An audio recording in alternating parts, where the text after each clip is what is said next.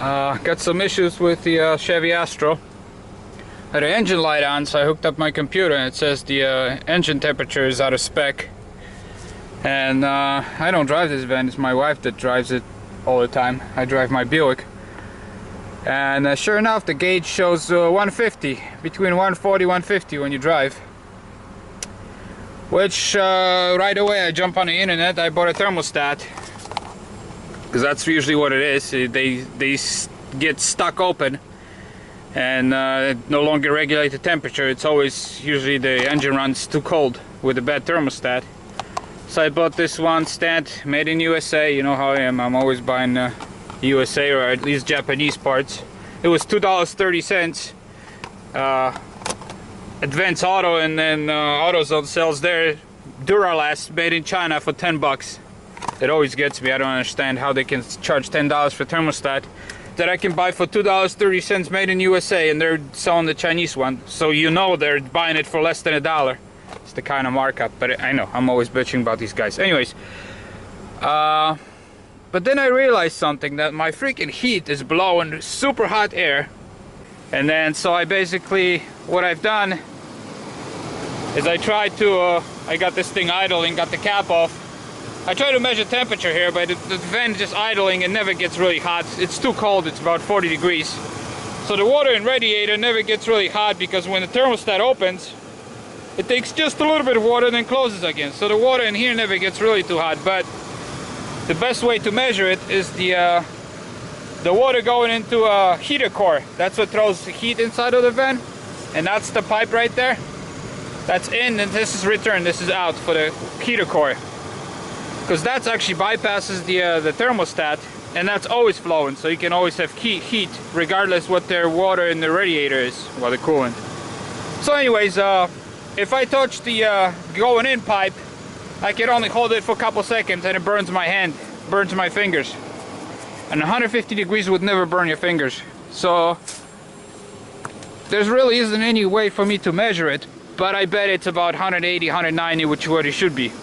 Because that's what usually, 190 they said you can only touch it for 2-3 seconds. I looked online and that's what it is. So it means my engine temperature is dead right on. So the thermostat is working correctly, and it's got to be the sensor. And that's why it's thrown, not only the sensor shown here, but it's also giving me engine light, which luckily in Pennsylvania I can have engine light and still pass inspection. Some counties, this county you can, they don't care about, they just check the tires, brakes, wipers, stuff like that. So anyways, I also just went upstairs to the house and I watched some videos, and sure enough I watched a couple of videos where people changed the thermostat, pulled the thermostat out and looked at the thermostat. It was okay, put a new one in, and it's still right at 150. The two videos I saw was exactly 150 degrees, and the guys just swapped the thermostat. They're like, what the heck? And then later I realized that it was the temperature gauge, the electronic temperature gauge versus the thermostat. So it's a good thing I checked this, because I would have been tearing all this freaking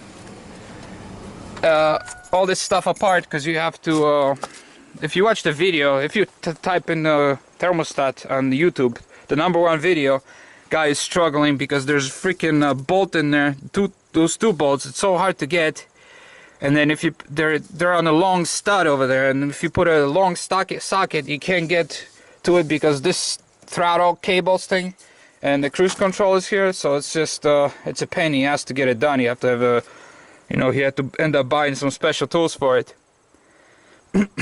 So I'm glad, you know, I realized it's not the thermostat, but I bought everything for the job, so I might as well just flush the system. I'm sure it's original coolant in there. So I bought I got 2 jugs of this coolant, so I'm gonna flush it out and put a new coolant in there. Yeah, it's the X-Cool, the orange stuff. And I know, yeah, there's a million debates out there. What's better, and that the orange stuff destroys GM engines, and to replace it with the green stuff, and on and on and on. But you know what? I always go with the original. And that's what the manual always says. That's what dealers always change it. And some of these Chevys run 500,000 miles. So I don't think it's a coolant. A lot of debates is about the intake manifold and seals going bad in there, and the head gaskets, but that's, I don't think coolant has anything to do with it.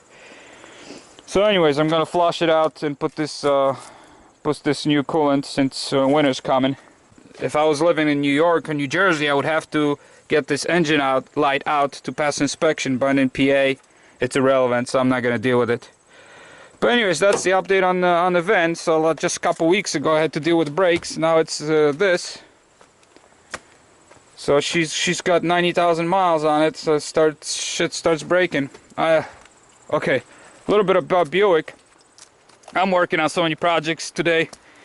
Bearing, I think my bearing's going bad. I can't hear it because this is front wheel drive and you got the drive shaft in there that you have to remove to actually hear the bearing. There's enough resistance and everything, but it doesn't have any play, but that doesn't mean anything. When they start going dry and making noise, you will still not feel a play, but you know they're going bad. I looked online that the whole hub assemblies are only 16 bucks, so I'm gonna buy them on Rock Auto.